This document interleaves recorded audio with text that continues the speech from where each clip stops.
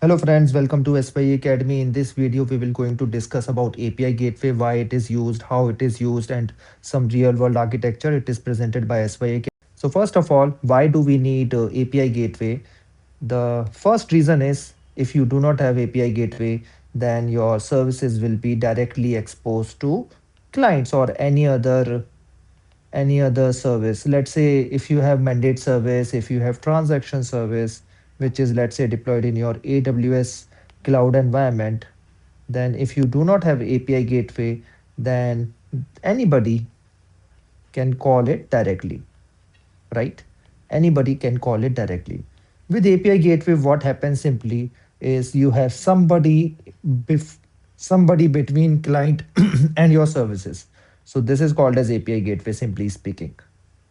That means client, or let's say if there is a payment gateway, which is other service or any other system, any third party system, they will call API gateway first,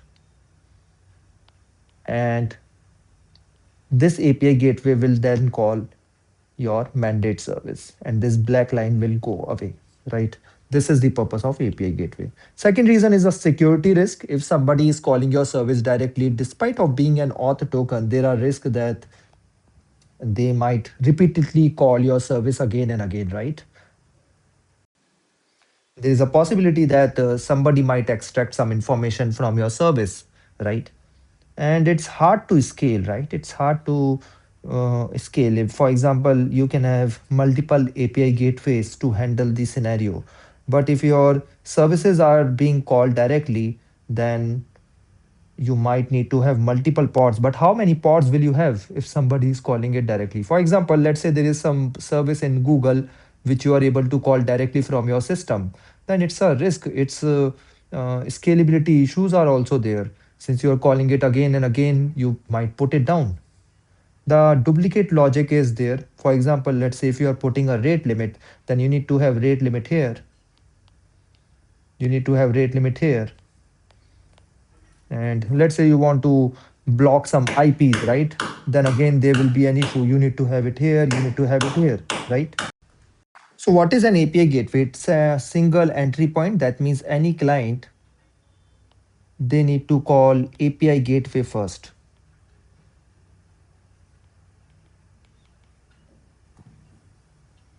And this API gateway will call other services, such as if you have mandate service, then API gateway will call it. Similarly, if you have transaction service, then API gateway will call that, and any other service internally will be protected by API gateway. So this is an API gateway, single entry point for all your services. It's also a reverse proxy. Reverse proxy, a lot of people gets confused. What is reverse proxy? It's nothing. It's a very simple concept. It's just a server that sits in front of your backend services and receives client request on their behalf. So any request which is coming to, let's say, mandate service, let's say mandate service is having set of REST APIs. So one of the REST APIs is an initiate API, which is accepting a post method, right? So if client needs to call this initiate API, then they will call here, right? API gateway will check, okay, the call is for mandate service, so it will redirect at this site, right? So then forwards the request to the appropriate backend service depending on the logic present on the API gateway. And it accepts a security and traffic control. That means you can put a rate limit here. You can put an authentication here. That means, let's say, first we need to authorize. So your auth server will be present here. If there is no API gateway, friends, then client will call auth server first, get the auth token, then eventually will call mandate service, which is kind of a problem also, in the sense that if you want to not allow this client to call your mandate service, if you just want to allow auth service, then a lot of decisions needs to be made, a lot of uh, blocking you need to do. For example, you will say that, okay, allow only these set of APIs, don't allow those set of APIs. With API gateway, everything you can manage through here. Yes, even here you need to manage things, but a control is present at one place. Whenever control is present at one place, it is easier to manage. Key responsibilities of an API gateway. It does authentication or authorization. Authentication means identifying who is the right client. Let's say I'm giving ownership of my service to another third party who is, let's say, ABC. So any request which is coming from ABC will be allowed. Similarly, let's say I have given access to BAC also, but our relationships deteriorated, right? And our contract turned off. So I will block BAC from my API gateway. Simple, right?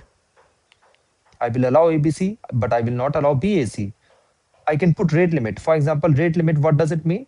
Let's simply speaking, in 60 seconds, ABC should be able to hit me only 5 times, right? I can put such a rate limit on my API gateway.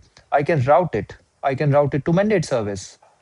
And let's say if another mandate service is deployed by your team, which is a new based or new technology, which is using new technology, then you can, instead of here, you can redirect it to mandate service 2. Otherwise, what would have happened, right? If you have deployed new service, then you need to tell your client, do proper uh, proper changes in your APIs. Instead of this, instead of mandate service, start calling mandate service 2. So it will be a headache. And a lot of code changes will be needed on ABC side. Changes in contracts are not easy to negotiate. You can also do logging and monitoring of this service, and you can look into the all the requests that your system is getting.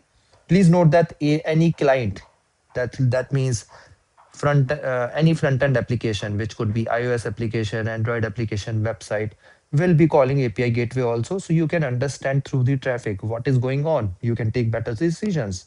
You can also do load balancing through API gateway. For example, you can redirect request. If you have, let's say, mandate service is having 4 servers, right? Then your API gateway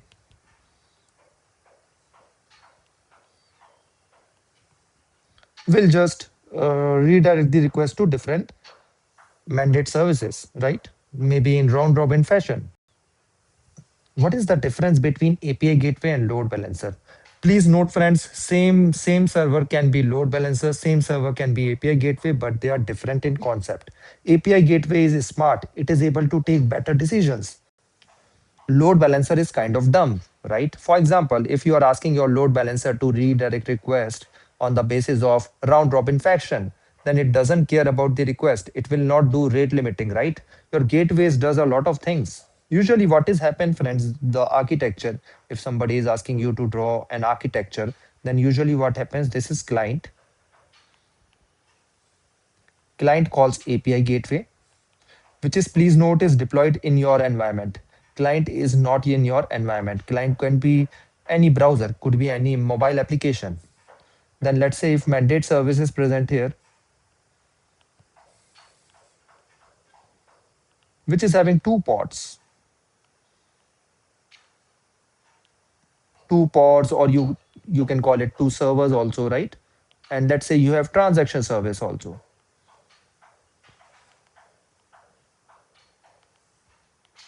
which is having 3 servers, TS2 and TS3. Let's say 4, because usually you have 2, 4 in even numbers. So load balancer could be here for transaction service, which will redirect requests to a transaction service. And similarly, a load balancer will be present in front of a mandate service. So it is like this. See, load balancer can take decisions depending on multiple scenarios. It can take decisions depending on the load of your server. Let's say if load is high on one, then it will redirect request to two. But usually you follow round robin fashion, right? So load balancer is just redirecting the request. So any request which is coming for mandate service, API gateway will redirect it to load balancer of the mandate service. This is the load balancer of mandate service, and load balancer of mandate service will redirect to one of the server of mandate service. Similarly, if the request is coming for transaction service, then API gateway will redirect to load balancer of the transaction service. And transaction service is having four servers because transaction load is higher than the mandate, so it will redirect to transaction service. Authentication flow, what usually happens? This is one of the ways. There could be multiple ways by which authentication could happen. Client will call API gateway. API gateway will check whether the client is genuine or not, right? It could be doing any key checking. It could be checking using client ID and client secret, using JWT token also. So let's say if it is coming to auth server, then it will verify whether the client is genuine or not. Once the verification is done, then client will redirect to, let's say, mandate service. This is one way. Second way which could also happen is, this is client. I'm writing in short form in the interest of time. This is API gateway. So here the request were like this, right? 4, then you get the response 5, and you gave the response to client 6, right? But here it's little different depending on the architecture that you chooses. So this is your auth server. The request is coming from API gateway to auth server. Auth server will get the auth token, right? And client will get the response. Now client got the auth token and it will call mandate service. So first request will always go to API gateway, and then API gateway will redirect it to mandate service, which is MS, right? This is 6. This will respond back with 7. This will reply back with the 8, right? So this could also happen in your authentication. Now you can also do rate limiting, and why rate limiting is important? It protects your backend. Otherwise, somebody can keep on bombarding your backend with request, and your mandate service, which was there, could go down. But if you have rate limit in your API gateway, that means I am allowing only limited request from a particular client, right? Then you can block those requests in the API gateway itself, and your mandate service is always protected. It prevents abuse. It allows fair usage. For example, let's say if you have 10 clients, if you have shared your mandate API with 10 clients, and one few clients are overusing your service, right? You don't want to allow that. For example, A, B, C are using a lot, and because of that, D, E, F requests are getting failed, are getting timeout because resources are limited on your site. So what you can do, you can all of course say I will only allow 5 requests per client. You can say, you can come, I'm speaking in a very simple terms, right? But you can put such a request also, or such a rate limit also in your API gateway, that I'm only allowing 5 requests per client per 60 seconds. That means in 1 minute I am only allowing 5 requests from A, 5 requests from B, 5 requests from C. You can put such a rate limit, so it allows fair usage. There are some popular gateways available in market. You can use AWS API gateway. You can use Azure API M. Please note, if you are using AWS environment, you will use this. Azure, you will use this. You can always use Nginx, which is a very simple one. Open source, you can also use Kong, right?